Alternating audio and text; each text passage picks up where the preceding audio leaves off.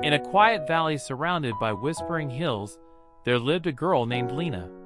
Her home was small, a wooden cottage with ivy creeping up its walls and wildflowers growing by the windows. Every morning, she would wake before sunrise, tie her hair with a red ribbon, and walk through the village with a smile that made even grumpy shopkeepers soften. But Lena had a secret sadness.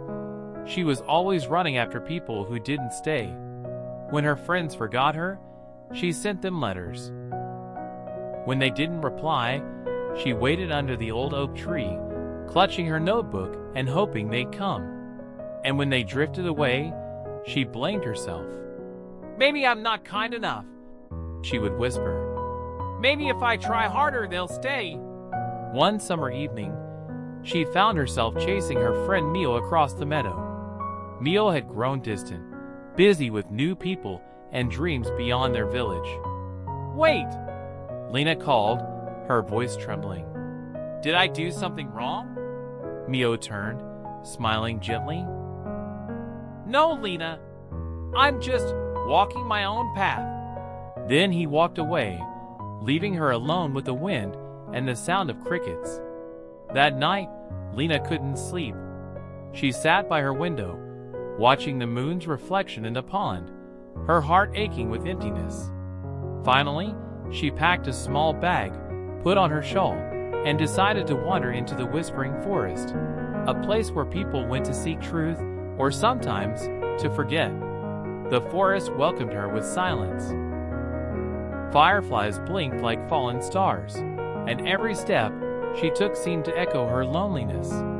She walked until she reached an enormous ancient tree, its roots curling like sleeping dragons.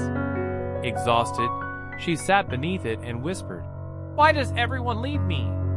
What's wrong with me?" To her surprise, a deep, kind voice replied, "Nothing is wrong with you, child," said the tree, its bark glowing faintly. "But you are running after people who are walking their own way." Startled, Lena looked up. "Then, how do I make them stay?" "You don't," said the tree, its leaves shimmering gold. "You learn to stay with yourself. When you stop chasing, you will see who truly walks beside you." Lena's eyes filled with tears. "But I'm afraid to be alone." "Alone is not empty," the tree murmured. "It is space for you to grow, to dream, to bloom." The wind stirred, wrapping her in a soft whisper, as if the forest itself was breathing with her. Days passed. Lena built a small camp near the tree, cooking simple meals, painting the sky at sunset, and writing in her journal. The first few days felt heavy. She still looked back, half expecting someone to call her name. But slowly, the silence began to feel like music.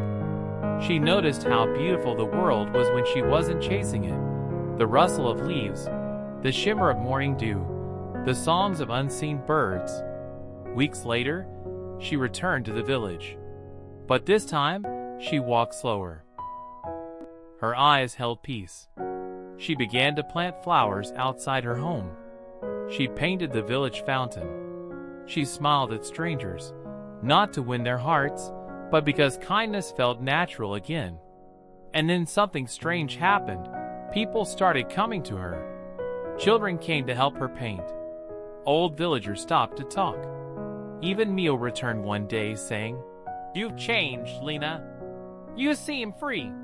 She smiled gently. "Maybe I finally stopped running." That evening, Lena went back to the forest to thank the old tree. "You were right," she whispered. "When I let go, life came back to me." The tree's branches swayed in the golden light. "You learned the secret," it said. "When you chase people, you lose yourself. But when you stand still, the right hearts find you." As the sun set, Lena sat beneath the tree, the sky painted in pink and gold.